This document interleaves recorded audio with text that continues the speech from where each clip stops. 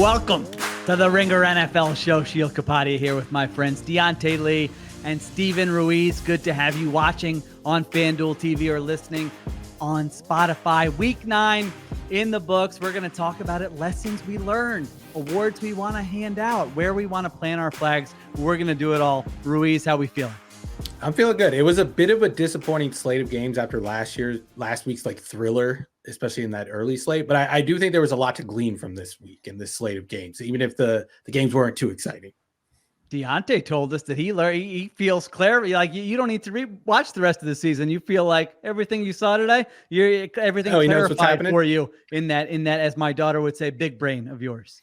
1000%. I mean, I'm always just looking for teams I don't have to take seriously anymore because it makes my Sunday viewing experience so much better. And this week, I think will go a long way to helping me discard some teams. But to Steven's point, like Scott Hansen was trying to sell the witching hour thing so hard this week after last week. And then what we ended with was a Patriots-Titans overtime game that was very uneventful in the end. So yeah, we definitely didn't get what we got out of week 8, but we still have some interesting football to talk about nonetheless. Yeah, Scott was definitely chasing that dopamine high from last week, and I can't blame him. It was a thrilling witching hour, but it was impossible to live up to, and these games definitely did not live up to that hype. But I'm impressed by Diante. 9 weeks, that's all you need in the NFL season, and he knows what's going to happen. He doesn't need to watch. I love it. Let's see what his takes are. Let's see what all our takes are. We're going to start with Sunday lessons. What did we learn? We each picked out one thing we learned this week, and I'm starting us off. I learned that it is officially time to bury the 2024 Dallas Cowboys, not to go full like Stephen A. Smith here. I don't have a cowboy hat to put on or anything like that in my apartment, but they're dead. I mean, this was an abomination of a loss. So they lose. If you watch the box score, you say, oh, they lost 27-21 to the Falcons. That looks respectable. It was not respectable. They looked like the worst coach team in the NFL today. I'm talking about like stuff you've seen from the Raiders this year, stuff you've seen from the Jets this year. That's the category. And don't worry, I've got some examples for you guys that I wrote down as I was watching. So early on, they're facing a 4th and 1. They waste a timeout. They come out of the timeout. They call a jet sweep to CeeDee Lamb. Get stuffed for a loss, turnover on downs. That's one. Then the Falcons face a 4th and 3. Cowboys aren't ready to defend the play, so they waste another timeout. They come out of the timeout, and they can't get lined up correctly. Darnell Mooney, touchdown, as wide open as you'll see a wide receiver in the NFL. That's another one. They have a delay of game and a false start in the red zone. They had one of the worst fake punts you will ever see. Like, this is like if they called me out of the stands. They were like, Sheil, drop a little fake punt for us. Okay, throw to that guy out there. Oh, he's covered. Oh, well, incomplete. Turnover on downs. And then maybe my favorite, they had a 12-man in the huddle penalty with Dalvin Cook. Dalvin Cook on 4th and 1. That made it 4th and 6. There were others that I missed, but that's just a little outline of some of the things I saw on my TV screen. And I didn't even mention, by the way, Dak Prescott injures his hamstring in this game, doesn't finish the game. CeeDee Lamb has a shoulder injury in this game. And so I sat back at the end of that game and I said, you know what? This era is over. The previous 3 seasons, you could have talked me into this team. They were a good regular season team. They won 12 games each year. But last offseason, Jerry, you mismanaged the roster, and now you're having some bad injury luck, and your coach is bringing nothing to the table. It is curtains, Ruiz, on the 2024 Dallas Cowboys. See you next year. Yeah, thanks for finally joining me in week 5 when I had this take, when I was ready to bury this team. But nothing has changed. It's getting depressing to watch. Like, this team is not fun to watch. I feel bad that Tom Brady was subjected to this team for like 4 out of the first 5 games of his announcing career. Like, the running Tom's game, doing okay. Tom's doing okay. I mean, he is doing it. And the game didn't get any better for him this week. It wasn't like watching Detroit and the Packers play was any better. But yeah, it's just getting hard to watch. Like, the offense is just laboring. The run game was better today, but it's nothing where you're going to be optimistic about it being better going forward. And the passing game still looks so hard. Every completion is contested, and it only goes for like 7 yards. Even the punter has the punter's the only person in the NFL with a higher tight window throw rate than Dak Prescott now, after he threw that contested ball in the fake punt, which, like you said, one of the worst drawn up fake punts I've seen. It wasn't creative at all. Like, It was a go ball. It was a 50-50 go ball outside the number. It's like, it was a go ball to the gunner. It was amazing. I didn't even know, like, and it was so funny. They said during the broadcast, they're like, you can't have pass interference on that because the guy's like trying to, I'm like, I didn't even know that, but why? They should know that. Like, why would you design a play to the gunner on punt coverage when the guy can just blast him and it doesn't even matter? Unbelievable. Like, even if it was poor Joe special Burrow teams coordinator, I feel bad for the special teams coordinator because I'm sure he has a bunch of great fake punt designs, but everything about that fake punt felt like Mike McCarthy saying, hey, in my offense, I just throw one-on-one balls on the perimeter and make my receiver go win. Why wouldn't that work for our punter and our gunner? Did you see Mike McCarthy spike the Surface tablet? The only spiking going on for any Cowboys offensive member on Sunday. But like, I wonder what he was looking at, because like what you see on that Surface tablet is the snapshot right before the snap and then like a second or two after the snap. So like, what is he seeing that made him spike that tablet? Is he seeing like, oh, a slant flat combination? The look was there and Dak didn't throw it. We could have got 7 yards on that. It's just very funny to watch his team from afar. I'm happy I'm not the one that has to root for it. I'm happy I'm not the one that has to pay all these people that are involved in it. Yeah, Diante, it's funny because Ruiz brings that up, and I was wondering the same thing. And I feel like it was a good insight into like what coaching is, because Greg Olson, who always does a great job announcing the games, he was like, that's not a bad play call. If this guy blocks this guy, then, I could understand why he would call that and the play would work. But then Olson got to the second half and he's like, the attention to detail on this team is atrocious on like a play-to-play basis where guys don't know who to block or what their job is. And that's another aspect of coaching that's like harder to quantify, where we watch a game on Sunday and we can look at we can make fun of the special teams play call, for example. I can make fun of the clock mismanagement, which I probably my favorite pastime, but stuff like what's happening during the week to put these players in position to succeed so that when we do call this play on a Sunday, it looks good. That stuff's not there either for this Cowboys team. 1000%. And I guess the most confounding factor in all of that is that it's not like Mike McCarthy is known for running the most complex offensive scheme, right? Like there's a way in which I can excuse some of the things that were going wrong for Dallas's defense, because I think over the last couple of weeks, we're starting to see Mike Zimmer get into, I'm just throwing everything I can at the problem mode, right? Where you're bringing 7-8 guys just to hope to get an unblocked rusher and maybe disrupt, Kirk Cousins. You're trying to throw these different man coverage looks. You're trying to load up the box. I saw a couple like 6-1 fronts, which is not usually a thing for him. I think he's more of a bare front guy than using that kind of like 4-down tight front thing the way that we would see from a Vic Fangio. So I can excuse some of the things that are happening defensively because they're down bodies and they clearly have a talent disadvantage even when they are healthy. And I think that Mike Zimmer is trying to find solutions. What to your point with Mike McCarthy on the offensive side, and I think that this existed in Green Bay as well, which is why Aaron Rodgers was running such a pared down version of that offense before Mike McCarthy lost that job, is that because the attention to detail is not there, because they're not versatile, because they're not multiple in the way that you need to be in the modern NFL, what you land with are teams that are just sitting on everything you do well. And if you're not going to be at that Sean McVay, Kevin O'Connell, Kyle Shanahan level of detail and finding those little intricacies and nuances in what you do simply in order to find different advantages based on what defenses are trying to do to you, you get a Falcons defense that is causing your offense problems. And this Falcons defense hasn't been able to generate pass rush on a week-by-week basis at all. It didn't look like a problem today. They haven't really been able to play tight in coverage the way that you would want to see a playoff team play, and they had no problem getting in throwing windows for Dak Prescott today. So to me, it's just like top to bottom. You just look at how this team comes into a game, must-win games. These for the last 3 weeks, these have been must-win opportunities, and you continue to walk away from it feeling like Dallas is the worst coach team. They were less prepared for high leverage situations, and they have less answers for their superstar players than who they're playing against. And that just can't be the case for a team that does not have a new head coach, does not have a new quarterback, does not have a new staff period outside of Mike Zimmer running this defense. This just shouldn't be a problem anymore. And the fact that it continues to be, I think, really paints a picture of why this team can't be taken seriously.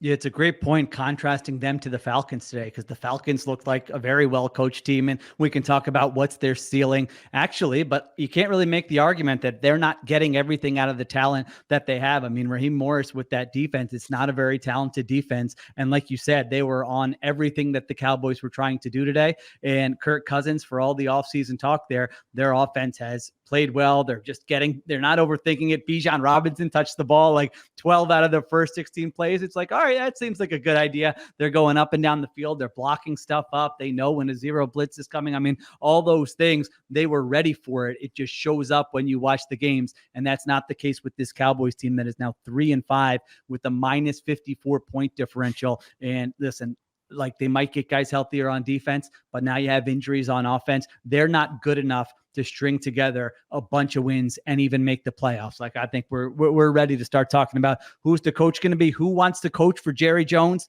given the way he's managed this roster last offseason and beyond. I mean, I'm sure people are going to be sick of it who are like, why does everyone always talk about the Cowboys? But that's about to be a very relevant discussion about who's coaching this football team next season. All right, we take a break. I want to come back, find out what Diante and Ruiz learned in week 9.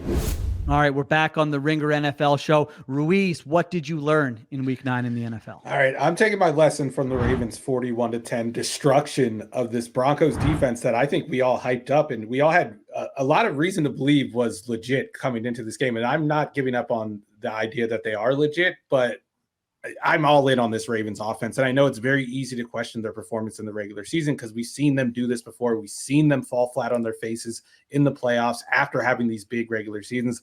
But this year it's different. I'm declaring that it's different. And that's the lesson I learned on Sunday, because let me just go back to the discussion we had on Friday where we talked about this Broncos defense being good against everything, whether you win under center or you win in shotgun, whether it was early downs, it was late downs.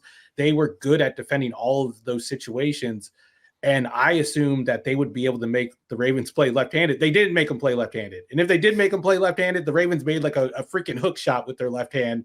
It was easy for the Ravens offense to move the ball no matter what they did.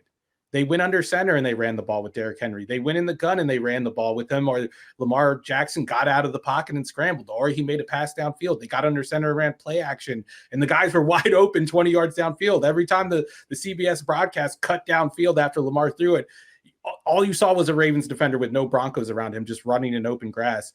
It was fun to watch, and I think that multifaceted attack and the fact that the Ravens can do all these different things is going to serve them well in January. We saw last January when they played the Chiefs, the run game disappeared. Todd Monken went away from it immediately when they didn't have success early on.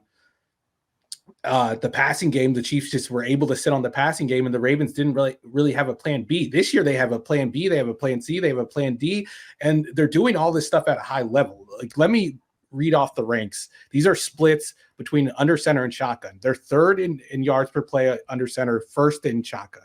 They're second in EPA per play and second in shotgun, third in success rate, fourth in shotgun, fifth in explosive play rate under center, and first in shotgun, third in EPA per pass under center and first in shotgun, third in EPA per run in under center and third in shotgun.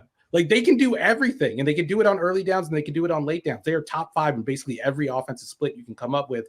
And when a team can operate like that on the offensive side of the ball, I just don't know how you slow it down, not even with a great game plan, because they can go do so many different things. The one defense that I think could handle this offense is the Kansas City Chiefs because of the respect I have for Steve Spagnuolo. I think we all have the same level of respect for him. But even in that week 1 game, Lamar was moving the ball up and down the field. And if Isaiah Likely gets a toe down, they probably go to overtime. And I would assume Baltimore, which had the momentum in the game, wins that game. The only thing separating the Chiefs and Baltimore for me right now are the standings. Obviously, the Chiefs haven't lost the game yet. But in terms of just the quality of performance, there isn't a team close to Baltimore right now, especially on offense. And I know they gave that game away to Cleveland last week, but like, those games happen. And the highs we've seen from this team they outweigh the lows we've seen from this team. And we haven't seen many this year.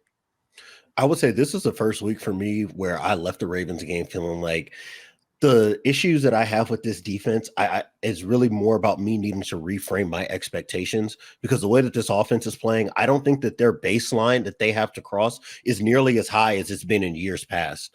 You know, I made a tweet earlier today that was basically referring to this Ravens offense as like the old Shanahan offense, and I actually think I have that wrong. To me, it feels almost like a marriage between 2018 Sean McVay and 2021 Sean McVay in a lot of ways. That's a good call.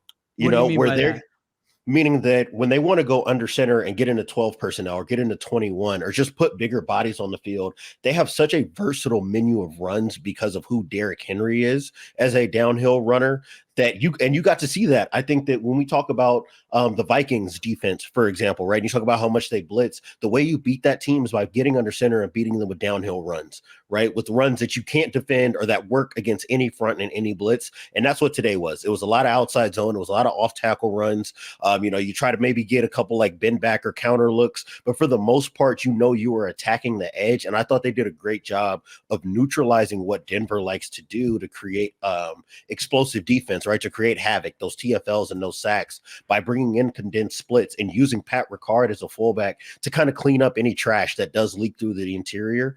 And then if that didn't work and they found themselves in these high leverage or obvious pass situations, you can now get into that 11, 12 or 10 personnel, kind of spread out look.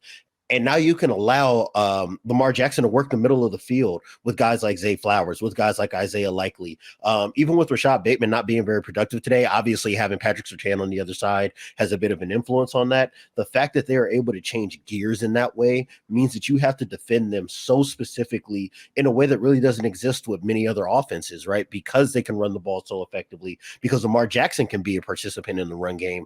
They can set up play action pass, like Stephen was saying, both under center and in the gun. And when they are in pure drop back situations, this is some of the best pocket management that we've seen from Lamar Jackson. And that means now that the entire field is open basically from the beginning of the snap until he lets go of the ball, because it's so difficult to cause him any discomfort or to throw a look at him that he's not prepared to find the answer to. And I think that second quarter into the third quarter of them just peppering the middle of the field over and over and over again was a great encapsulation of why Baltimore is such a machine offensively, and why even if this defense has not proven enough to buy everybody's confidence, that I just don't think that threshold is as high because of how well they can move the ball on the other end. It's such an interesting point, because in the past it's been like the Ravens can win in all these different ways: special teams, defense, offense. And have they transitioned to, well, the offense can kind of just their offense might be the most reliable unit of any unit in the NFL. I mean, even again, the games they've lost, the offense still showed up. I don't think any version of this Ravens offense in previous years, even when he was winning MVPs, felt this reliable, this sustainable, to all the points you guys made. I mean, there is no I don't even know what making him play left-handed means anymore, because they have answers to anything you want to do for him. I mean, we haven't even mentioned Lamar's numbers. That tells you how much is just like, another Lamar week. The ball doesn't hit the ground with this team. He's 16 for 19 for 280 yards. To your point, Diante, every time you look up, these aren't dinking and dunking. I mean, he is chucking the ball. He averaged 14.7 yards per reception and threw 3 incompletions, 3 touchdowns. He took 1 sack. He took the 1 sack early, knocked him out of field goal range. And I'm like, all right, maybe the Broncos.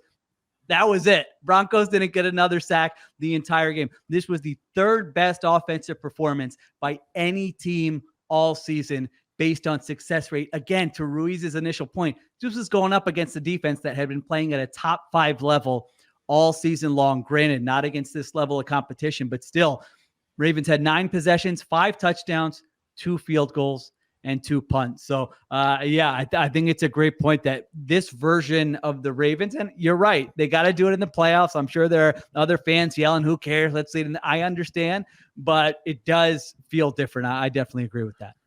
Yeah, and like this offensive performance was powered by the run game for the most part, but you could really feel how helpless Denver was in passing situations when they had to figure out how to rush Lamar Jackson. Like at the beginning, it was just like 3-man rush, and they were giving him time, and he was taking the time, and he was picking them apart. Then they send the blitz, and he just lost a perfect pass to Justice Hill for a touchdown, and you're like, or I don't know if it went for a touchdown, but it went for a deep completion. And you're just like, what do we do against? We blitz him, he beats us. We don't blitz him, he beats us. We only rush 4, he beats us. There's literally nothing you could do against this offense right now. I'm not saying that's going to be the case in January. I think a team like Kansas City still matches up very well with them. But every other team, every other defense, I don't know what they do against these guys. They're unplayable at the moment. There's no plan to stop them. There's no blueprint when they can do everything. Yeah, I mean, Steven said, how do you make this team play left-handed? The answer is that left-handed for them is going under center and handing the ball off to Derrick Henry. Whoops. And if that's not going to work. Plan B, if that's plan B for the offense that you're facing, chances are you're going to lose, or you're not going to win enough snaps to really make this offense uncomfortable. Yeah, no, it's well said. They've looked amazing. I thought the Broncos offensively, like early on, they had a chance to keep at least like the first half close there. They had a couple failed fourth down conversions. They had an interception that was tipped, but then what stood out was that like you can't afford that because the Ravens just scored on every possession. They scored on 4 straight offensive possessions. So it's like the margin for error is so slim, where I think if you play this game out 100 times, it's at least closer like in the third quarter than it was today. Most weeks, I think the Broncos offense showed some things early in that game where I was like, all right, they're moving the ball here. But if you're not that good offensively, and if you make even a couple errors, and you don't have a defense that can stop the Ravens, which you guys have pointed out, no one has shown that yet, then you're going to end up looking at the score at the end of the day, and you lose by 31 points to this football team. So yeah, they've got some of the bozo losses on their resume. I think most of those are due to defense and special teams. Again, I think even in those losses, the offense is the thing that they can just rely on week in and week out. All right, let's take a break. We come back. We find out what Diante learned in week 9. All right, we're back. Diante, what do you got? What'd you learn in week 9?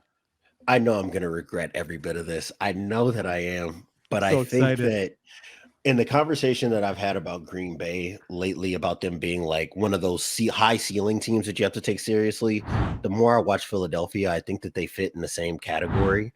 And the more I've watched them play over the last month, the more I see them basically being on an equal footing with Green Bay as a high ceiling team because of what Vic Fangio has done defensively. Again, we just talked about Denver and level of competition, and that's certainly a piece of this. They've had the benefit of seeing Cincinnati without T. Higgins. That definitely put a clamp down on Cincinnati's offense. Obviously today against Jacksonville, no Gabe Davis, no Christian Kirk's out for the season. So they're throwing to a lot of guys that probably wouldn't be on the field otherwise. But I love seeing the fact that this defense now has reached a threshold where all Philadelphia really needs is a handful of plays. And I think that what we've seen over the last month is that when Jalen Hurts is not a mess in terms of turning the ball over and taking terrible sacks, he gives this team just enough to get them over the hump. And I think that because of the explosive potential that they have at the wide receiver position and definitely at running back, that they've just done a really good job of pulling the necessary levers, I think, to control games offensively. And that's ultimately why they won this game, even though it looked like things might go off the rails to end the third quarter with that fumble return right after a Trevor Lawrence score. I just think that they have some of the necessary factors that you need to be considered a serious NFC contender, even if there is a sizable gap right now between them and Detroit. And I would probably argue between Detroit and everybody else in the conference as it stands right now. Yeah, the formula is probably different than maybe what someone would have anticipated before the season, because their defense is playing really well over the last month of the season. Now, they haven't been tested by great quarterbacks. They've got Lamar and Jaden Daniels and Matthew Stafford on the schedule in the next month. So let's see about that. But their cornerback play has been good. And you're right, offensively, it's just like, it just feels like a matter of time in every game before Saquon Barkley is going to rip off a 40-yard run, before A.J. Brown's going to come down with a contested catch. And then A.J. Brown goes out today and Devontae Smith makes like one of the best catches of the season, a one-hander in the end zone where somehow he gets his feet in. So when you have that many playmakers, it's like a very different sort of team building. Like it's just rare to have that many guys who can go off for a 40-yard play when you most need them. I mean, Devontae Smith had like 78 yards on one possession when the game was literally hanging in the balance. They were up 22-16 there. So I felt that way last week after they beat the Bengals. I was like, I need to rethink this team. Maybe they can get there. Today, I'm back to Ruiz being like, this is a weird team. I don't really know what to make of them. Maybe they do have that ceiling in a wide open NFC, but I probably am taking a slight step back from where I was a week ago. Yeah. This is definitely a little bit of cope on Diante's part, the Eagles fan, but he's a West Coast Eagles fan, so he's a little more optimistic. The pessimistic East Coast fan and Sheil not letting him do that. Oh, I'm not a fan. I'm team content, my friend. I don't know if I agree that we've seen. I don't know if I agree with the point about Philly's ceiling, just because I don't think we've seen their ceiling yet. I think what we've seen over the last couple of weeks is that their floor is still tremendously high. We've seen them beat up on bad teams. We know they can beat up on bad teams. I don't think we're really going to know anything about this team, anything significant, until this stretch that starts in 2 weeks. I don't like the Cowboys still present some type of test because it's a rivalry. It's in Dallas. You know, they're going to be up for that game. I think they have a chance at least keeping that game close. It's a 6.5 line to open. So Vegas doesn't feel like the Cowboys have much of a chance, but I do think that game will be relatively competitive. But after that, they get Washington, they go to LA to take on Stafford and the Rams, and then they go to Baltimore to take on Lamar and the Ravens. After that 3-game stretch, if you come out of that with 2 wins, then I'm with Diante. I think this is one of the higher ceiling teams in the NFC. And I think in a wide open NFC where really Detroit looks like the only contender of the bunch, I think they have a chance to go on a run. I mean, you pull off one upset or someone else upsets Detroit, and that's very possible with Jared Goff as the quarterback and the issues on defense that we've seen. Then Philly could be right back in the Super Bowl like they were 2 years ago. But I haven't seen that Super Bowl level team yet. And I don't think we're going to see it until this stretch coming up. But it's what are we? We're 26 minutes into this podcast, and we haven't mentioned the fact that Saquon Barkley hurdled a defender backwards. I've never seen anything like I've ever that. seen in my life. No, it was like straight out of a How do you know where the guy? movie. It was a clean. He cleared him cleanly. How? When you can't even see him. How do you? And it wasn't like. How do you come up with the idea? What was going through his mind where he's like, you know what I'm going to do to beat this guy? I'm going to hurdle. And I know that my back is to him, but guess what? It's just going to work out. And it did. It would be one thing if it was like totally open field, right? But he's in traffic, fresh off of spinning off of a guy.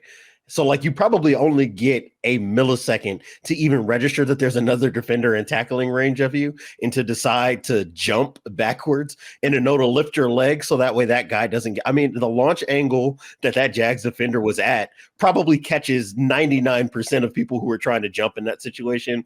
That Saquon basically has enough just pure hops, like to just go off 2 feet from almost a standstill position and clear this guy. I don't know what even category of play you put that in. That goes right up there with like the Reggie Bush ball behind the back punt return or run down the sideline when he was at USC for a touchdown. Like it's going to be, I think, in the all-time pantheon of running backs making ridiculous plays. They should have gotten 3 points for that. Just a free 3 points. Like some sky judge just whistles down to the ref and he's like, give the Eagles 3 points because they just did the coolest thing I've ever seen on a football field. Now you see why I'm getting running back pilled this season. You watch Saquon Barkley, you watch the Derrick Henry, the guys we just talked about, and I'm like, wait a minute, is everything the nerds have been telling me over the last decade, has it all been a lie? Because I don't know where the guy had 30 touches for 199 yards today, in a game that they won by 1 possession. And like that has happened time and time again this season. So it is interesting. They've had a big change in the way they play since their bye week. They're like the most run heavy team in the NFL on early downs. They had 38 runs today on first and second down. And finally, they're doing some of the under center play action off of it. They hit a big shot play today to Devontae Smith. So I think, Ruiz, your point is right. It's kind of like, I know in August, I'm like, all right, what's this Kellen Moore and Vic Fangio scheme going to look like? And then I watched the first month of the season. And I'm like, not impressed. And now it's like, oh, okay, wait, they are still adding. Maybe it's layer by layer, week by week. And that is going to be a fun stretch, especially we'll talk about the Rams in the next segment. But the way the Rams are playing, the way the Ravens are playing, and the way the Commanders are playing. There's something that's very interesting to me coming in. That was very interesting to me coming into this week, which was Lane Johnson kind of owning that, like, yeah, we kind of had to pull Kellen Moore and Nick Sirianni to the side and be like, hey, this offensive line in this run game is what's going to win football games for us, more or less, right? It wasn't said in those exact terms, but there were some kind of hints that like, hey, we want to play behind this offensive line, which I think, to your point, Sheil, is a little antithetical to what we heard about what Jalen Hurts wanted from this offense, right? Which is like, oh, I want a more sophisticated drop back game where I get to work the middle of the field and I want to have more control at the line of scrimmage to adjust things.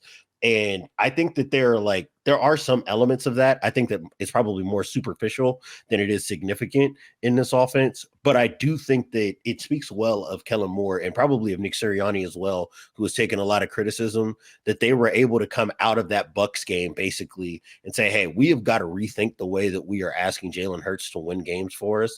And I think the answer for them has just been less of Jalen Hurts having to be in pure drop back situations. And if he is going to be, it's going to be off of play action, or it's going to be these vertical looks. And I think that for them, this is just a winning formula as long as Saquon Barkley is producing at this level and this defense is playing how it is. To what Steven is saying, over this next month, if you're caught late in the second half against a Matt Stafford that's been on fire in the way that he's been over the last 2 to 3 weeks, you're not probably going to be able to ask Saquon Barkley to lean to be the force that wins the game. But I do think as long as they are in control of the game script, it does so much to protect this quarterback and this offense from some of the negative plays that we were seeing to start this year. And for now, at least, I think that gives them enough for you to feel good about their Super Bowl chances, even if they aren't necessarily as good as Detroit is in their own conference. I mean, even if they do fall behind in the game, I feel like you could just dump it off to Saquon. It's not handoffs, but you could like replicate that safe, basically an extended handoff to him and still get explosive plays out of it. That's how explosive he's been this season. I would argue that he's been the most valuable signing of the offseason outside of Kirk Cousins, who's a quarterback, and that's way different. But I can't think of another signing that has impacted his team this much. Like Derrick Henry has an argument, but Lamar Jackson's there, and I think Lamar is doing most of the heavy lifting with that offense. Nothing against Derrick Henry. But like Saquon has stepped into this very talented offense, and it's hard to say that he hasn't been the best player and the most impressive player of the bunch so far. Yep. AJ Brown goes down with an injury, a knee injury in this game. So we'll see what that looks like. Their offense has looked a lot different when he's been out of the lineup. All right, take a break. We come back and we start to plant some of our flags from week 9. All right, we are back on the Ringer NFL show. I'm going to start us off planting my flag. You mentioned one of the teams, Diante. I'm saying the eventual NFC Super Bowl representative played at Lambeau Field today. It's going to be one of those teams. So you can have your Eagles and you can have your Niners. And if you think the Falcons are a cute little story, go ahead. I think it's going to be the Packers or the Lions. The Lions just continue to pass every single test. They can win in so many different ways. They're now 7-1. Coming off of last season, that disappointment I keep thinking about when Dan Campbell told the team, you were probably never going to get back here. And now they're 7-1 and they lead the NFL in point differential at +110. They go in the rain, and another one of those Jared Goff graphics. It's just every week Jared Goff has completed. Jared Goff is 12 for 12 in the first half here. You saw one of those again today. So I'm just so impressed by their coaching staff. I'm so impressed by their offensive line, their physicality, their run game, and the way they continue to play. And then the Packers, I don't think this is like that bad of a loss for the Packers. Maybe I'm wrong. Maybe people will be annoyed by us talking about the Packers even more, but I'm not close to giving up on this team. I mean, they had a bunch of drops in this game. Jordan Love had the horrible interception. I get it. He's had a lot of those this season. I still think he's going to be okay. And there's going to be a stretch in November or December where we're saying, no, he's playing like one of the best quarterbacks in the NFL here. And he's got to get healthy. They've got the bye week coming up. He was obviously playing with the groin injury here. So I just like these two teams the best out of any teams in the NFC. Again, 49ers, Eagles, Falcons. Those are probably the other ones in the conversation. But Ruiz, these coaches to me also give them a big edge over some of these other teams. Yeah, I'm with you. I think this was like from the start, no matter how it went, a game where the weather is going to have this much of an impact is always going to be a game you can kind of dismiss, especially 2 months from now when these teams will be playing different styles of football, maybe in the playoffs. But I'm not giving up on the Packers either. I thought Jordan Love was clearly affected by the injury. I thought even though the Packers haven't needed much help dropping footballs, they dropped a lot of footballs, as you mentioned. And they just couldn't really get Detroit out of that early down offense mode where we talked about this on the Friday show, the difference between the Packers defense when they're facing teams that can run the ball, when they get under center and there's the threat of the play action pass, the threat of the run, they haven't performed so well. And then when they get teams into obvious drop back passing situations, that's kind of when they thrive. That's when they've gotten the turnovers that never really happened in this game. The one thing I would push back against what you said was that Detroit has passed every test. I don't know if we've seen Detroit have to play that style of game yet, and I want to see what it looks like when they do. But the fact that they haven't through 9 weeks is a testament to how deep this team is and how good the coaching staff is and how well Jared Goff is playing and how dominant that offensive line is and how good these running backs are. Like, I feel like that's been the thing that hasn't gotten enough credit. Like Jahmyr Gibbs, his EPA numbers are out of this world. It's like MVP style passing numbers from him in terms of efficiency. And then David Montgomery, I know he doesn't generate those explosive gains like Gibbs does, but he keeps this offense on track and he does the dirty work. He does like the under center dirty work that Jahmyr Gibbs doesn't get asked to do, which kind of hurts his efficiency in the long run. But they're just, they have so many buttons they can push on offense. The one thing I want to know is, will Jameson Williams get on the field? Will he stay on the field? Will he be that reliable deep target outside of St. Brown? Because they are kind of siloed in that regard in the pass game. Like when it's third down, you know where they're going with the football. It's going to go to St. Brown, and he's probably going to catch the ball. So there's not much you can do about it. But I do think they need a more explosive threat on the outside, and they've obviously been looking for one. They wanted Jameson Williams to be that guy. He hasn't been so far, at least not consistently. But until they do, that's the one question mark I have with this team and the passing game. I would say, like, coming into this game, like, I think it was clear that this was an early down football game in the sense of whether or not Green Bay was going to be able to hang with Detroit was going to be about them winning, forcing havoc on defense on early downs to try to get those obvious passing situations, and then being able to lean on Jordan Love to be able to create offense for them on early downs. And I think that the weather was just had too much of an impact on this game to allow Green Bay to play the style of football that they wanted to. And when you just look at, to Steven's point, how easy it is for them to change gears between trying to pound you with David Montgomery in the run game versus trying to design these explosive opportunities for Jahmyr Gibbs. And we just talked about this similarly to the Eagles, is that there are so many ways for Ben Johnson to just decide, hey, I don't need Jared Goff to have very much influence on the game right now. And that does not come at the cost of our effectiveness on offense. And I think that as long as Detroit can play that way, we're going to continue to see them be the end-to-end, wire-to-wire best team in the NFC right now. And I don't think that this reflects negatively on Green Bay because they lost in the way that I think we probably all expected them to if they were going to lose this game. But I do think that for them, this is probably a pretty revelatory moment for them in terms of looking at where they stand next to the top team in this conference, and the fact that they do have to find something on early downs in the passing game that is going to be a little bit more sustainable from Jordan Love. Yeah, the interceptions are, I keep being like, all right, give me another week. And then the next week I'm like, oh no, he did it again. But I just think give me the whole season, and then I'll see where he stands with that. Maybe it's sort of like a Josh Allen-y type where you have some turnovers, but you're doing enough to make up for those. I mean, that type of play style could work for the Packers, but I don't know if Matt LaFleur is going to be buying into that theory or not here. All right, Ruiz, where are you planting your flag?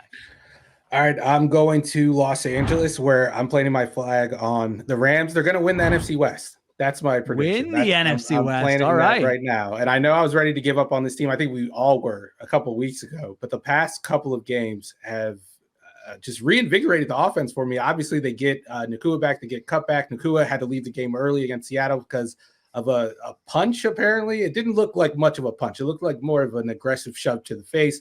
But I believe the league office chimed in and said, no, we got to get Nacua out of here. We got to ruin this game. No one wants to watch Nacua. No one tuned in to watch that game. And I think we got a similar situation in the Lions-Packers game where Brian Branch gets ejected from the game after the league office calls the receiving crew there in Green Bay. When did this become a thing? Why did we let the league office just call into games and get players ejected?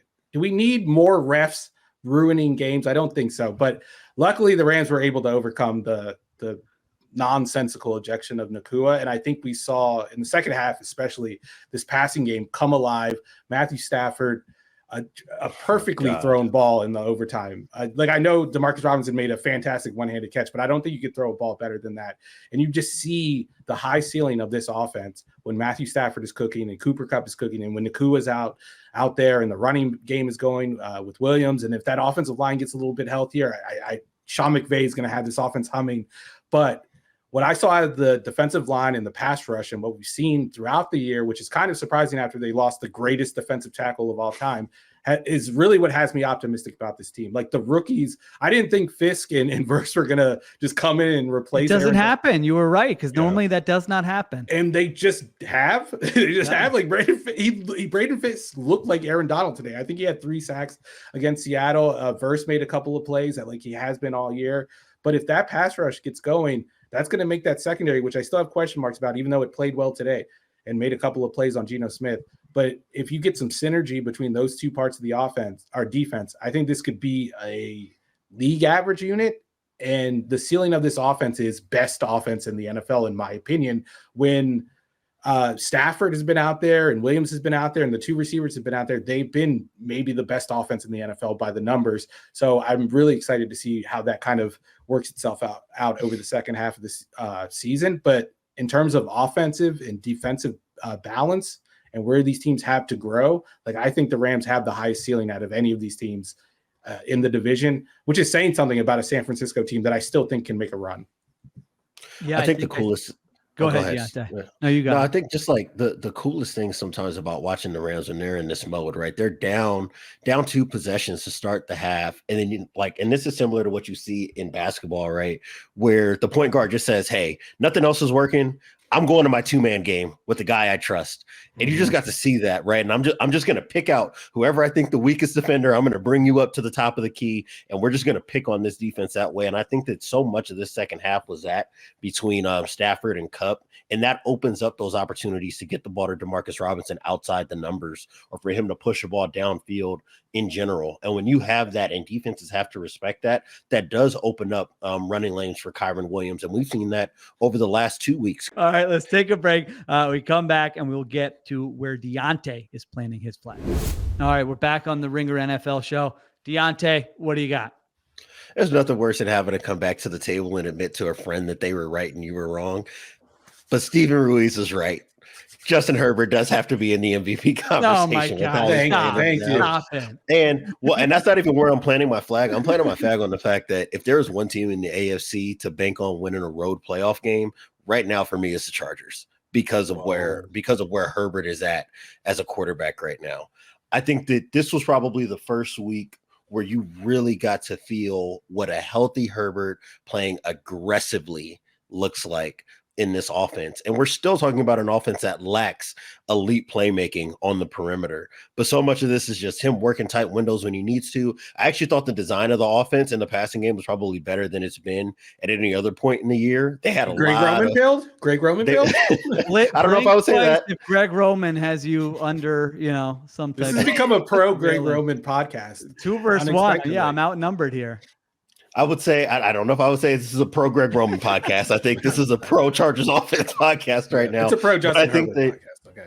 Well, and I think that what we're really seeing, and it's funny because I never thought I would think this way about Justin Herbert, is playing in an offense that asks you to take chances outside the numbers, I think has probably liberated him a little bit to push the ball. And I think that that's also allowing him to play some of his best football. Obviously you get the busted coverage where Quentin Johnson gets behind everybody. There was another one in the red zone or high red zone where there was a busted coverage on a double move. But I think that speaks to just how much respect he gets and how hard it is to play man coverage against a guy like Justin Herbert, who can work tight windows, who's always anticipating. You saw the Browns really try to figure out what concepts they were getting and were trying to sit on things. And that opened the door for the Chargers to really kind of get those design shots in the seams and outside the numbers. And if this is the way that Justin Herbert's going to be playing, I can't believe I do feel this way. While there's absolutely no way they're going to win the division, I do think that this team is as dangerous as any in the AFC amongst the non-contenders. And I would not want to see a team that has a quarterback this good, with defense as good as Los Angeles has been, and an ability to pop explosive runs every once in a while. Yeah, that's sort of the thing with this team, is the way they're playing defense. That's really what is raising the level of this team, especially in the postseason. They're number 1 in EPA allowed on defense. And then you have a quarterback who, like, over the last month, you could argue is playing the best quarterback of anybody in the NFL right now. And this scheme is kind of I don't think you can argue he's playing better than Lamar Jackson. Come on. No, that would be a tough argument to make. But I think he's playing as well as Lamar over the last 4 weeks. Although I would say he's right with Josh Allen as number 2 right now. Probably what I would say. Okay, that's a better way of putting it. Sheil's right. I'm wrong. Like Lamar Jackson, and then a gap, and then Justin Herbert, and then everybody else below him and Allen. But like Diante said, the version of Justin Herbert that this has unlocked reminds me of the first year Justin Herbert, who is way more ambitious as a passer, way more willing to push the ball downfield, more willing to hold on to the ball and not go to his check down. And I think we're seeing that with his talent, that's enough to elevate a passing game. They just needed to unlock this thing in his brain that told him not to follow the play to a T. And we're seeing this offense thrive right now, especially on early downs. The one thing I'm concerned about is the Greg Roman of it all, because we saw in the second half, like in the first half, Justin Herbert hit his passing over under in the first half, 250 yards in the first half. And then they just take their foot off the brakes in the second half. And the Browns aren't good enough to take advantage of that, but the Cardinals were. Like when the Chargers were going on that game-winning drive against Arizona, they end up settling for a field goal and only going up like 1 or 2 points because they stopped putting the ball in Justin Herbert's hand. Once they got in the field goal range, they started running the football. This was kind of the same situation, just over the full width of the game, and it happened in the second half, and they could have let a better team get back into the game. So I'm still a little worried about Greg Roman, but with the way Justin Herbert is playing right now, I mean, he's throwing the ball like Zeus. Like, that's what he looks like. He looks like he's throwing lightning bolts down the field. Yeah. He looks like he's the biggest man on the field at all times, and like he's playing against like eighth graders basically. That's how big he looks on the field right now. Let the record show that I said Justin Herbert is playing well. I just said he wasn't a top 5 MVP candidate so far this season. I just want to clarify, listen, for everybody, everybody out there. I will say with this Chargers team, I'm not quite where you are, Diante. I think they're getting everything they can out of this group and this coaching staff the way they're playing right now. Yep. And I don't want to say they need to do it against great competition, because they kind of don't. They have one of the easiest schedules in the NFL, where if they beat all the teams they're supposed to beat, they should make the playoffs. But it is, when you look at who they've beaten so far, 4 of the 5 wins have been against 2-win teams, including this Browns team. They did have a nice win over the Broncos, but that's their best win so far this season. So they've got some teams coming up that don't necessarily have defenses that should challenge. Like if you think that, hey, Justin Herbert, this is going to continue and he's going to play awesome. I mean, it's the Bengals, the Ravens, the Falcons. Like, those are teams that you can definitely move the football on. But in terms of overall, are you still winning games at this rate? I want to see what that looks like. And then, of course, they've still got the Chiefs on their schedule as well. But they're in a great spot, 5-3, and they've still got the Titans, the Patriots, and the Raiders on their schedule. So like, if you're asking them to get to 9 or 10 wins, that seems very doable with the way this season has started so far. All right. Thank you for everyone watching on FanDuel TV. For more, check us out on Spotify or at Ringer NFL on YouTube or wherever you get your podcasts. If you're listening right now, we will be right back to hand out some Week 9 awards. We just talked about a bunch of different NFC teams. Let's do a little exercise. All right. Let's pretend that we have to come up with a big board for our NFC teams that we think are going to get to the Super Bowl. Let's make it 5 each year. A little impromptu. So your 5 teams, if you had to stack them, you feel best about to represent the NFC in the Super Bowl. I'm going to go first because I'm throwing I was at least thinking about it in my head 30 seconds ago. So I got a little bit of a head start over you guys. My top 5, because we talked about all these teams again, I think I have the Lions 1. I got the Packers 2. It would be funny though if I went back on the take I just had 2 minutes ago. I'm not going to do that. Lions first, Packers 2. I think that I still have the 49ers 3, which might be different from you guys. I'm going to go with the Eagles at number 4. I don't know, you might have sold me with that Rams take a little bit. What the heck? I'm with you. I'm going to go with the Rams at 5. And this is one of the best coaching jobs in the NFL this season. I think I said it after like week 1 or 2 that this is an infrastructure team. Stafford, McVay, you can revolve all the other parts around them, which they pretty much had to do with the different offensive linemen, different pass catchers. And now they're getting healthy. So it's like efficient offense plus pass rush plus good coach, veteran, good quarterback. There's a lot of things there to like that would be in like a recipe of, can you get to the Super Bowl in a wide open NFC? So there you go. Those are my 5: Lions, Packers, Niners, Eagles, Rams. All right. Who wants to go? I'll go first. Oh, you can go first. Ahead. Yeah, no, I'm with you with the top 2. It's Detroit and Green Bay. That's 1 and 2. I've got Philly right behind them, San Francisco after that, and then Atlanta's my 5th with the Rams right in that same. I think you could probably flip a coin in either direction. I think that I probably just feel a little bit better about Atlanta's top end talent defensively than I do about Los Angeles's. But I would acknowledge, of course, that the quarterback play that Los Angeles can get out of Stafford is much better than what Atlanta can get out of Kirk Cousins. Well, the Falcons have the easy schedule and they're 6-3. Right. So if you care about like not having to win games, on the road, right, or potentially getting a bye or home field, then that would be the case for them as well. All right, Ruiz, who do you got? I'm going to go Detroit first. I'll go Green Bay second, but the gap between those two teams isn't very wide for me. I agree. I had Green Bay last week. So And then I'll put San Francisco in third, and I'll put the Rams in fourth. And I don't want to pick a fifth team. You guys can just pick one for me. I don't care. No other team is. The Rams aren't winning the Super Bowl either. It's one of those three teams that's going to the Super Bowl. Yeah, get to the Super Bowl. The Rams aren't getting to the Super Bowl either. One of those three teams that I named at the top is making the Super Bowl for the NFC. And I don't believe in any of these other teams. And the only reason I would put the Rams on this list is because they have dynamic quarterback play. Yeah. Kirk Cousins is playing well, and I'm not going to take anything away from him. Actually, I am. He can't move. I'm sorry. And if you can't move, you can't win in January. You have to have a dual threat quarterback, or not a dual threat quarterback, but a quarterback that can move around to win a Super Bowl these days. And they don't have one. Stafford isn't the best mover, but he does create offense in his own way. Creates offense with his sidearm throws and his no-look passes and just his toughness in the pocket, which Kirk Cousins doesn't have at this point because he just can't afford to have it or he'll get killed. I don't think the Eagles have it in Jalen Hurts, even though they have the most talent on offense. And who else am I forgetting? Who else is in contention for this? No. Oh, and Washington. It's just too soon for them. They're just too young. Yeah. And I don't think that defense is up to where Dan Quinn is going to get them eventually. Not that I think Dan Quinn is some elite defensive coach, but it's just a little too early for them. But I would almost feel comfortable taking them over the Eagles at this point, honestly. Yeah, statistically, the Commanders have a great. I mean, they're 7-2 and they have a plus 74 point differential. Now I'm rethinking about whether I should. I've been driving the Jaden Daniels train all season. I'm gonna steal it from you. I know it's more. Yeah, defensively, I know they've played better the last 4 or 5 weeks. I just need to see more before I actually trust it. But I don't know. Offensively, they're pretty interesting. Diante, I wish I had Ruiz as confident. You give him, you allow him to make 5, and he doesn't even want the 5th because he's so confident that it's going to be one of the first 4. Unbelievable.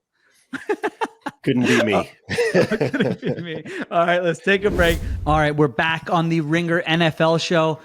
It is time to hand out some awards, and today's awards and superlatives are presented by State Farm when it comes to football season. Some things are just better together, like chips and dip, or your favorite jersey and your lucky pre-game ritual.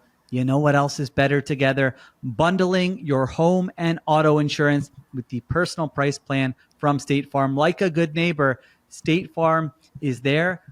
Now we hand out some awards. Things could go together, might not go together. Diante, lead us off. What do you got? So my first superlative is he got that dog in him award. I'm giving that to Geno Smith for the game-tying drive inside the 2-minute drill against the Rams. You take a Braden Fisk sack backed up, right? So you're inside your own 20. They might have been inside their own 15. It's second and forever, and you turn them around and throw like an A++ ball, not just outside the numbers, but basically on like the sideline tick marks that land right in the breadbasket to move the chains. You follow that up with the scramble to move the chains again, and then on 4th and 5, you throw one of the best over-the-shoulder balls right into Jackson Smith and Jigma's breadbasket, just to turn around and then convert a touchdown. I believe the very next play in the back of the end zone on another high degree of difficulty ball. Obviously, the Seahawks don't walk away winning this game. They're not able to convert a 4th and short in overtime, and the Rams just march right downfield, and you get that incredible play that Steven was talking about from Matt Stafford to DeMarcus Robinson. But so much about that end-of-game situation was exactly why, Ruiz and all of us have been talking about Geno Smith being in the conversation as like a top 8, if not better, quarterback this season because he just does some high degree of difficulty stuff that not everybody in the league can do. No, and he had like a couple of interceptions in this one, a couple of red zone interceptions that held Seattle back, but he was fighting against an offensive line that just refused to give him protection. And that's been the case, it feels like, for the last 2 years, really, until they figure out this pass protection unit and then getting a more consistent run game. They barely run the ball with Ryan Grubb at offensive coordinator. It's just going to be so hard for Geno. We're going to see more of these performances where when you're watching the game, he's playing well. Like he was averaging 10 yards per attempt, but the interceptions were holding this team back. But when you put that playmaking pressure on a quarterback, those mistakes are bound to come eventually. And we saw it in Seattle today, and it cost them the game. I feel like I have to speak for the audience and the listeners right now who are going, are we giving a little too much credit to a quarterback who threw, like you mentioned, 3 interceptions, 2 in the red zone, and took 7 sacks? Would we be giving other quarterbacks this benefit of the doubt, even if they had a leaky offensive line on a given Sunday where we were handing them awards and talking about how well they played? I don't know if we would, but Geno Smith hasn't done this all year. This was like really the first time he's looked bad. In his worst game so to speak. He averaged 10 yards per attempt again and led one of the most impressive 2-minute drills I've seen all season long. So if this is his ceiling, then if I was a Seattle fan, I'd be happy. And I would not be complaining about Geno Smith. I would be complaining about this front office and this coaching staff, which has had 2 years to put a good offense around him while he's not making a lot of money and he's severely underpaid, and they haven't been able to do it. Yeah, Sheil, I mean, so much of the story that we're talking about right now with the Seahawks offense sounds exactly like what you would have said 8 years ago when when you're covering the team. Oh, the offensive line can't keep its quarterback upright. The quarterback is playing like a top 10 player in the league, and they can't protect him and they can't run the ball well enough to keep him out of these high leverage situations and these obvious pass situations. But Geno Smith has been rising to the occasion. I do think that eventually we've kind of got to look at John Schneider and this front office and the decision makers and try to figure out what it's going to take to get something a little bit more sustainable so your quarterback's not getting lit up and having to play perfect football so often. Listen, I like Geno Smith, but when I'm picturing the listeners to this fine program yelling at their phones and their Apple CarPlays or wherever they're listening, I say, Sheil, you got to bring up that topic because they're yelling about it. Let's address it now so we don't have to wait for the next show here. Yeah, Ruiz said they've had 2 years to figure. They've had way longer than that. Yeah, they've had 10 years, 12 years, whatever it is. And it's just like, how does your quarterback get sacked 7 times in a game? It's so clear watching them that it's like if they could protect the quarterback, who knows what this offense's ceiling could be, and they just can't protect the quarterback. So we're not going to find out probably until next year, if that. All right, Ruiz, what do you got? Do you know who else wishes they had some insurance on their car? Speaking of State Farm, the New Orleans Saints. I'm going to talk about the Saints, but I'm going to give the award to Michael Thomas, who went on an all-time Twitter rant about Derek Carr. Tell me about this, because I just saw the headline, but I did not hear or watch the rant. What was he yelling about? It was clearly deeply personal to Michael Thomas, and I think he had a bit of an axe to grind. He made mention of Derek Carr possibly saying that he was jealous of Chris Olave emerging as the number 1 receiver last year, and that having to do with his dismissal from the team. And then he went on to give the scouting report that I think all of us have given on Derek Carr at some point in our careers covering this league. When he gets hit, he gets scared and he panics and he just throws the ball away. And it's something he does, and it's something that Michael Thomas clocked and he tweeted about. So I'm going to give Michael Thomas the ball award for doing that. But I mean, I don't know if there's a more bleak situation in the NFL right now. I mean, they just lost to the Panthers. You remember how good we felt after that week 1 game when they won by 37 points. Now, fast forward 2 months, Derek Carr is getting outplayed by Bryce Young. He's getting tweeted at by Michael Thomas. Chris Olave's brother was tweeting that it's not worth it. Like, Chris Olave suffered his 2nd concussion today. And I think someone tweeted at him, it's time to have that discussion about whether this is worth it. And then Chris Olave's brother responded, well, not New Orleans, it's not worth it, which good luck with that. Good luck dealing with that, Saints fans. But, I mean, it all goes back to how this team has been managed and how the salary cap has been managed, and they get stuck in these situations where you're restructuring contracts that you don't really necessarily want to be a part of anymore. And they just restructured Derek Carr to save, I believe it was like $28 million in cap space this offseason because they had to, not because they wanted to. And now his cap hit next year is $50 million. The dead cap number is $50 million as well. They're not going to be able to get out of this contract next year because they don't have the financial flexibility to do that. They can't eat a big cap hit like we've seen other teams do with their quarterback, like Philly did with Carson Wentz. So they're stuck with Derek Carr another year, and they're stuck with more of these tweets and more of this derision in the locker room. I don't know. It's not getting better in New Orleans, and I think it might even get worse next year. And Derek Carr is really like the perfect illustration of it right now, but he's not the root of the problem. Yeah, maybe this is rock bottom. I mean, you lose to that Panthers team and Bryce Young in a week where you're getting your starting quarterback back and you still can't beat them. I mean, they're just like I remember when we were talking in the offseason, and I'm like, I'm putting a moratorium on talking about the Saints. They just bore me. They're irrelevant. They're not going anywhere. They're stuck with, all these terrible decisions that they made. And then they won the first 2 games. And I had to inch back a little bit, but now I can just go back to that. Yeah, they're not an interesting team. They stink. The only interesting thing is going to be, when do they fire Dennis Allen? Who do they hire? That's not going to fix all their issues, but maybe they going to have some type of plan going forward on how to rebuild this team. But like you said, they've made all of these decisions to get to like 9 wins every year that I don't know that they've got a real plan in them here, even even if this goes really, really badly. So this season is like the opposite of that 2017 season. That was the season when they drafted all those guys, Kamara, Michael Thomas, I'm forgetting someone, Marcus Lattimore, I think Marcus Williams as well. And that kind of Trey Hendrickson, I think, was in that class. It resurrected what had been like a dormant, I want to say, power in the NFC with Sean Payton and Drew Brees. They started that season 0-2, and it was like, oh, this is over. This is like more of the same from what we've seen in the past couple of years. And then they go on a run. They almost make it to the NFC title game. They lose on the Minneapolis Miracle in that game. But this year, they start out 2-0. They're scoring 45 points a game. They're blowing everybody out. They blow out Dallas. And then they haven't won a game since then. And it's very clear that this is the end. And this is more of the same. And this team is locked in this mediocrity for the next couple of years, probably. Yeah, not good. All right. My first award is the Now What award. And this goes to you, Jim Irsay, Shane Steichen, whoever else with the Indianapolis Colts, because you made your big move last week. And now you just had your worst offensive performance of this season based on EPA per drive. Remember all those games where Anthony Richardson might have only been completing 9 or 10 passes? This game was worse than those. This loss to the Minnesota Vikings on Sunday Night Football. You lose 21-13. Your one touchdown came on defense. You had 9 possessions. You scored 2 field goals here.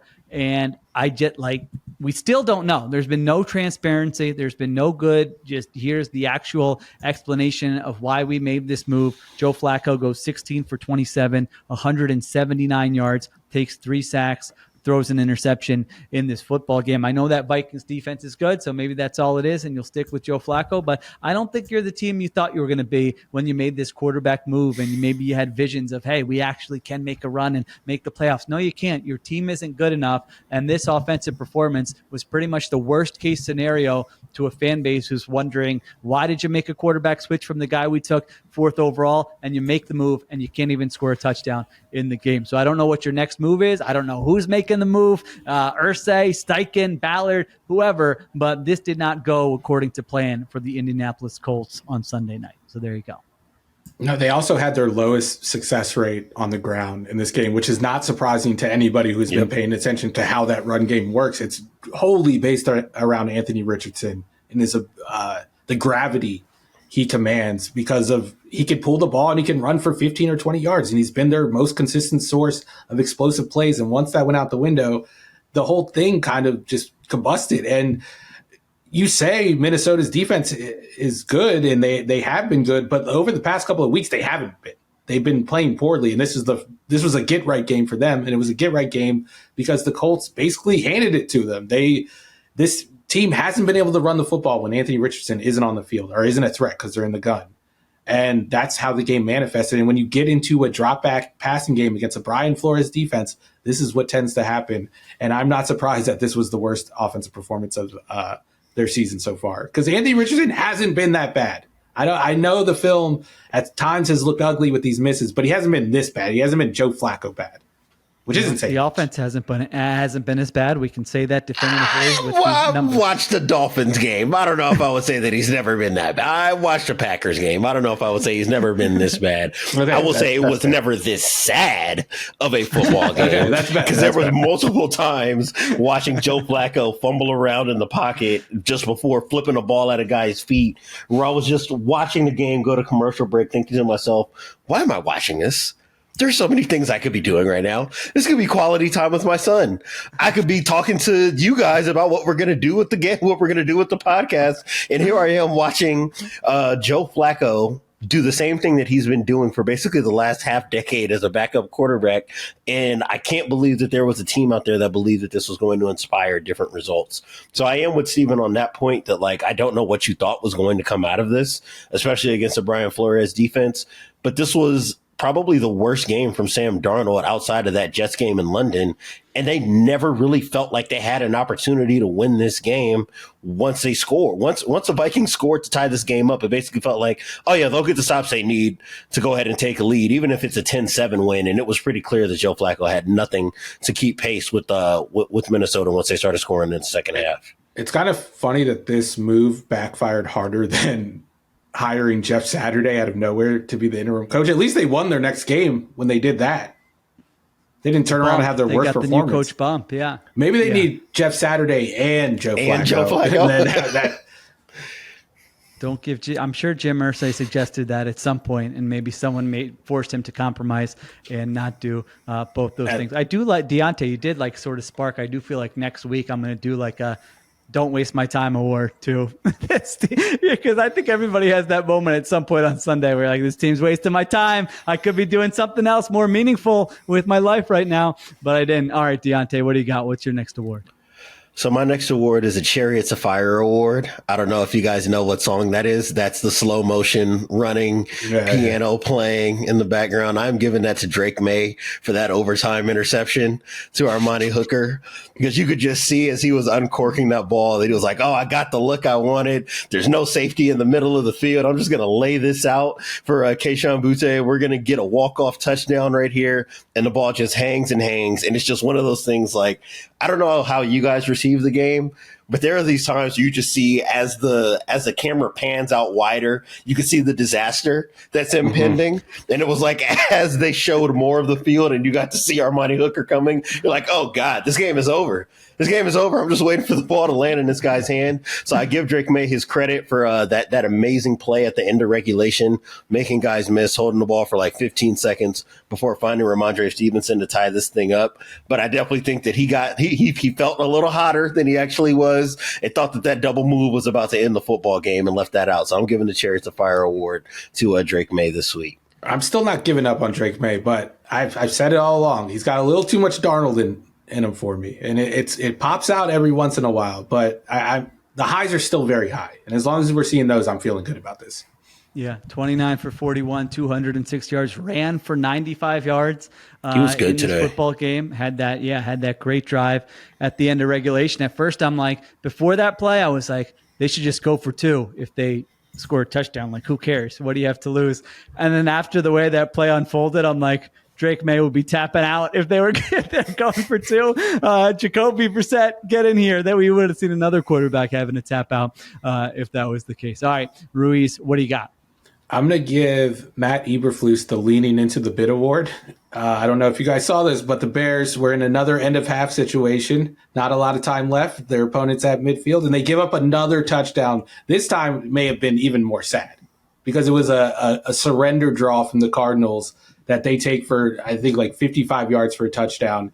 And the Bears weren't even really close to ever tackling the running back. Yes, that was the worst part of it. It was untouched on a surrender draw. I don't understand. 53 yards. And it wasn't even like a quick hitting one. It was like a long developing one that hit outside of the tackles, and they were pulling, their blockers pulling. Like there were tells where the ball was going, and the Bears defense didn't seem very interested in going to the football, and they scored a touchdown there. But I mean, at this point, looking back on the Hail Mary, it's kind of like that's even I have to look back at it worse than I did a week ago because it's just going to compound, especially with Tyreek Stevenson benching and not reacting well to the benching. And then you see the performance today, which was kind of listless, and you see them give up that long touchdown before the half. And like I'm at the point where I'm saying, can Eberflus win this locker room over again? And I'm not sure that's the case. And 2 weeks ago, it looked like this team was headed in the right direction, and Eberflus was going to save his job. And then one Hail Mary later, and it looks like all that progress has just been wiped away. I thought about putting Eberflus in one of my first plant your flag, or even you got to be very nervous if you are a Chicago, maybe not if you're a Bears fan and you want him gone, I guess, but I'm with you. I watched that game going, this is the way you're responding after losing on a Hail Mary last week. Like, they got smoked in this game, 29-9 to the Cardinals. Had their backup quarterback in the fourth quarter in this game. The Cardinals haven't beaten teams by more than a field goal for most of the season. And so to come out and do that, and now you lost back-to-back games, and you mentioned it, having that meltdown at the end of the first half. They've got the Patriots next week. I'm just going to read out the rest of their opponents this season because they may have the hardest schedule in the NFL. So after the Patriots, they've got Packers, Vikings, Lions, Niners, Vikings, Lions, Seahawks, Packers. There's not they're going to be underdogs, I think, in maybe all of those games, except for this one against the New England Patriots, and just what you're seeing with their coaching staff offensively. You thought, hey, maybe they figured some stuff out. And then now you're like, well, maybe it was just the Jaguars and the Panthers, and they haven't figured anything out, because it kind of looks like it did earlier in the season. And now you have some of this stuff happening where you can't even lean on the defense. Diante, I got a lot of concerns about this Bears team right now. I'm with you. I wish I had Shane Waldron's contact information so I could reach out and ask what we have to do to get all these Keenan Allen targets to go to literally anybody else instead. Right now, I am tired of looking at 2nd and long and 3rd and long, and Keenan Allen is running a route 10 to 15 yards deep and not really even having an opportunity to get to it. He's got 16 targets on passes of 10 or more air yards, and only 5 of those has been receptions for 80 yards. So we're talking about a guy who's not getting the ball down the field. They continue to run him down the field, and it's not producing anything for this offense. And this was a great Rome Odunze day. So I think that for them, and this is not to say it's going to fix everything, because it just seems like they spring a leak every time they play a team with a real pulse. That shows you why this team is probably just not ready to contend in the NFC North. But when you have that much heat behind one receiver, it just boggles my mind that this offense struggles to build upon any successes that it has in the ground game and through the air. I don't know how exactly I want to distribute the blame in that, because Caleb still does own a little bit of that. We still see some scattershot accuracy. We still see some issues from managing the pocket. But to me, I just watch so often when they're in drop back situations, waiting for a concept that actually gets a guy open. And I just don't think we see enough of that from Shane Waldron as a play caller. And if you know you're not getting that, and your rookie quarterback is struggling to be a ceiling raiser for them, then that to me just looks like guys who are in over their heads, and they probably just need some fresh blood in the building. I think in that Week 16 game when Detroit comes to Chicago, they should have like a pregame presentation dedicated to Ben Johnson. They should have like Photoshop, do the montage, Photoshop of him in like Bears gear, like set up like a photo booth like the college recruits do, where it's like rotating. Maybe Ryan Pace is down there celebrating with him like Brian Kelly was with that one recruit. I don't know, just pull out all the stops, because if Ben Johnson isn't the head coach of this team by next year, I'm gonna write a strongly worded letter to Hallis Hall. This is where artificial intelligence can really help us out, because what they really need to do is create some sort of AI video where you can show Ben Johnson putting together some kind of trick play that lands with the Darnell Wright target down the field, because that's a pretty big athletic guy. Like maybe you show him that, and that might be enough of a draw to say, hey, I can run all the Penei Sewell plays for that right tackle, and that should work out just as well as what I'm doing in Detroit. But yeah, they've got to pull out all the stops to get an actual good play caller and good leader of this organization, because it just doesn't look like that's Matt Eberflus right now. Yeah, and it's another team where we talked about the Seahawks with the offensive line in Chicago, and with a young quarterback that makes me, he got sacked 6 times today, and I do feel like there are times where he's trying to figure out how to manage the pocket with this pressure. I mean, he's got a bottom 5 pressure to sack rate for all quarterbacks this season, and that was an issue for him last year in college. But you were thinking, all right, well, if he has a better offensive line in the NFL, he's been good at that before, but yeah, some concerns in Chicago with the way things have gone here the past couple of weeks. All right, my next one is the what did that graphic say award? And this is nominees. You guys get to vote, okay? These are 3 that caught my attention today. Number 1, Raiders outscored 46-6 in the final 2 minutes of the first half this season.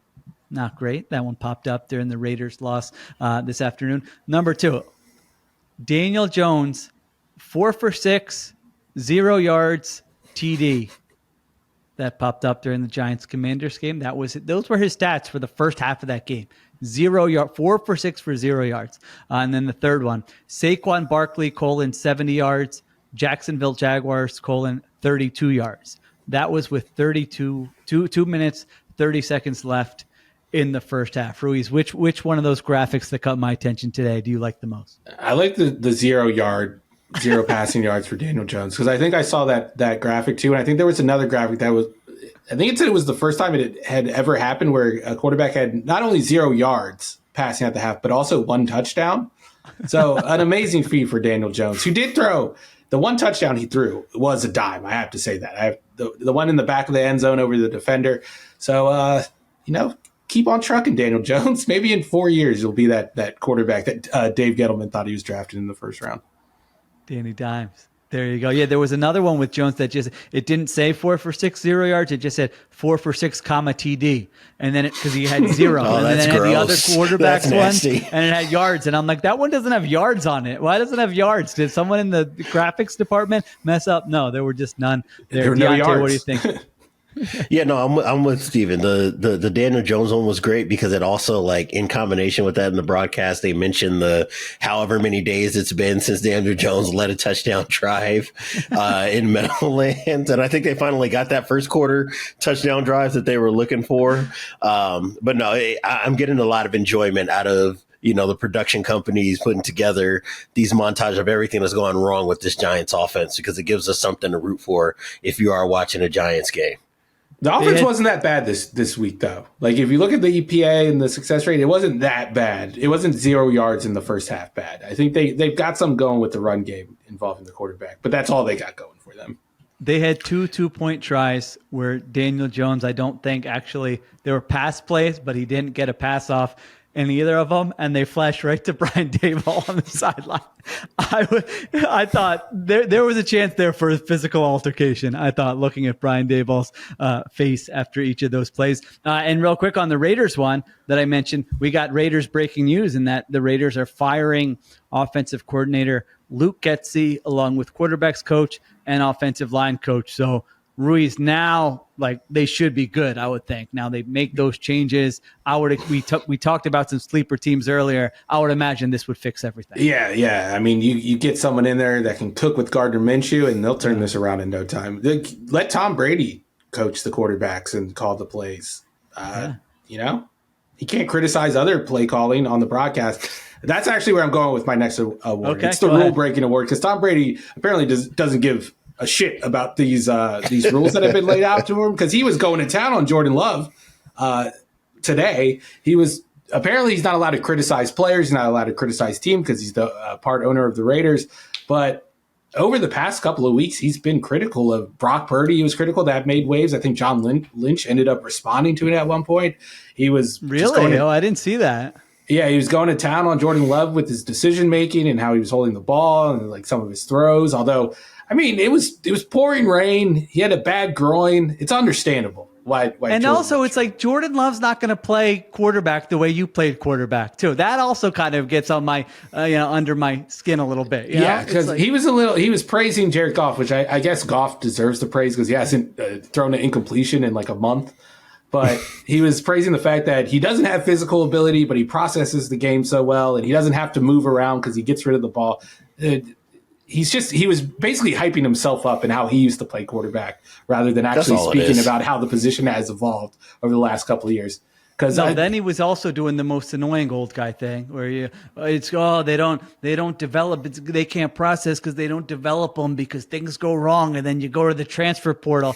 I'm like, get off my TV he screen. Did say that. I'm switching to another game here. He did blame the transfer portal. Can we get that rule instituted by the NFL? Tom Brady's not allowed to talk about the transfer portal or anything, or complain about NIL. Like, the transfer portal has been a thing for like a couple of years now. It's probably affected the development of quarterbacks for maybe 3 years at best. That's not the reason. I doubt that he even knows how the transfer portal works. I can't imagine that Tom Brady is spending much time thinking about college football. Also, this is a take that I have no way of proving.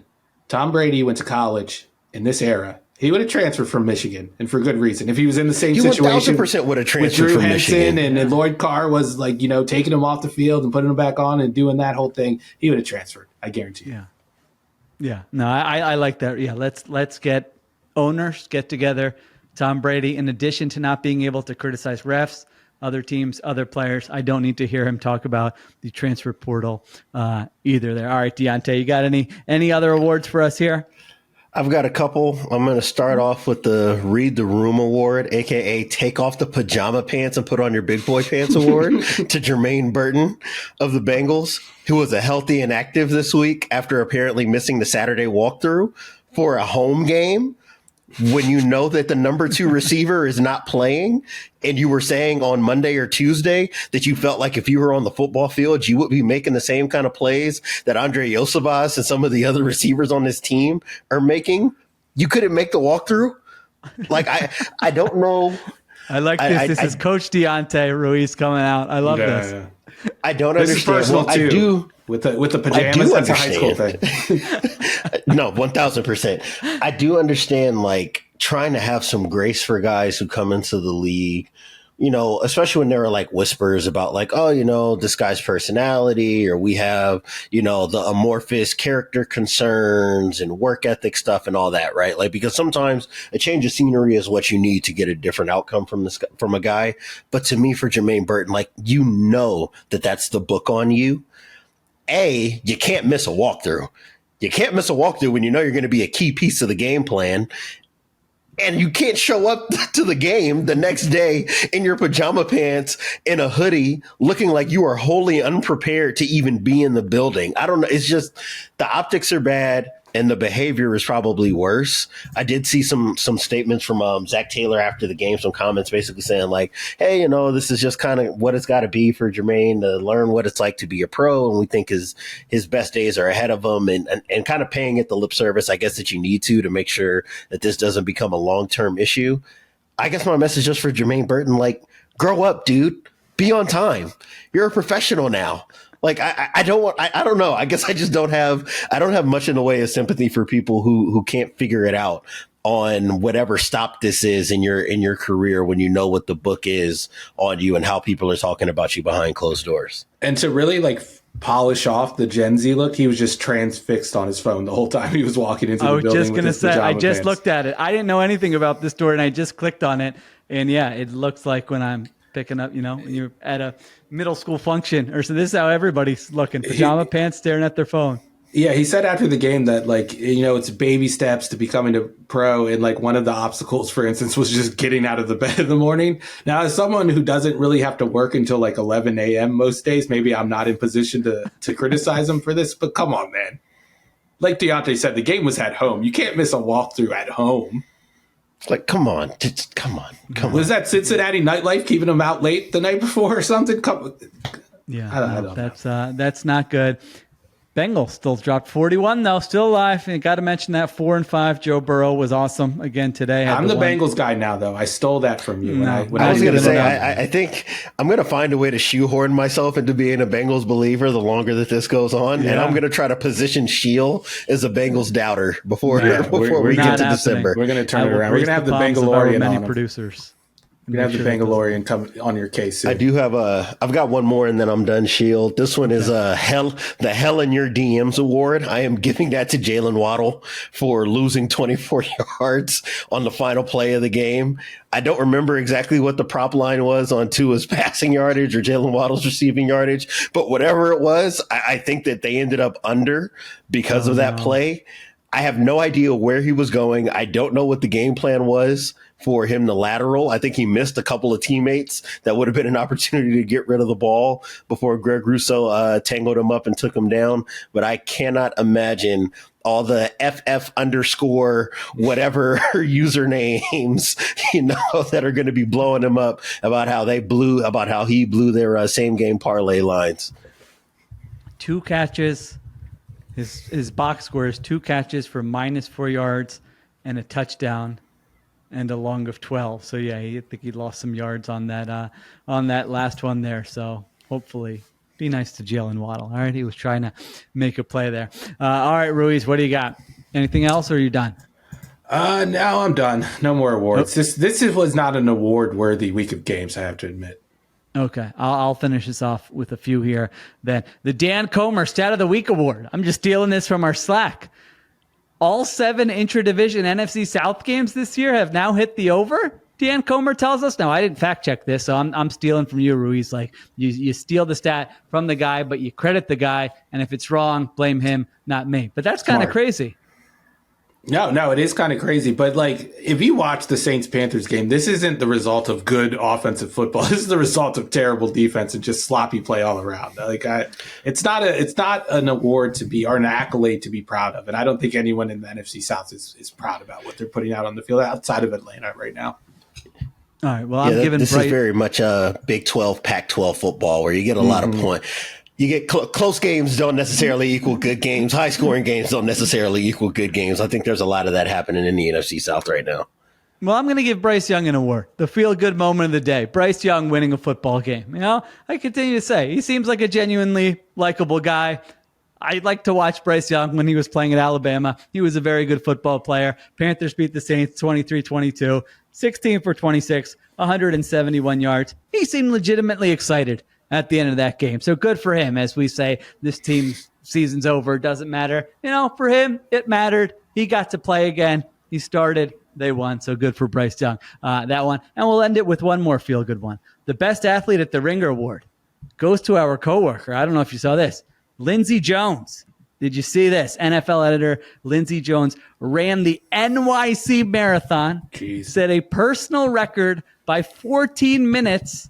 That's a baller. First time under 4 hours. And when I hear that, well, all right, if your first time under 4 hours means you've ran other marathons that have been over 4 hours. So that's impressive also. So as you can tell, it means she has run more than one marathon, which to me feels like outrageous behavior. But congratulations to our colleague. So there you go. Yeah, that's very impressive. I don't think either of us, like all of us three combined, have the endurance to complete that. If we did no it in chance. tandem. No chance. You would have to get, for me to be involved, there would probably have to be 13 of us, I think, for me to be able to contribute in any way. How long is a marathon? 26.2. 26.2. Oh, yeah. We would need, you said 13? Yeah, I think it would take the whole Ringer NFL staff. Yeah. I think I could give you two on a good day. I need notice to get the hammies warm and stretched, but I could maybe give you two. I'm not getting it two. I'm sorry. If there's a time limit, I'm not getting it two. Yeah, no time limit. We just have to, like I used to have to do in gym class, TMB. Tried my best. You know, that's there. You go. We don't have to get down the exact time there. All right, those are the awards. Today's awards and superlatives were presented by State Farm. The personal price plan lets you call the plays so you can choose the right coverage at a price that's right for you. Talk to a State Farm agent today to learn how you can bundle and save with the personal price plan. Like a good neighbor, State Farm is there. Prices are based on rating plans that vary by state, coverage options, and selected by the customer.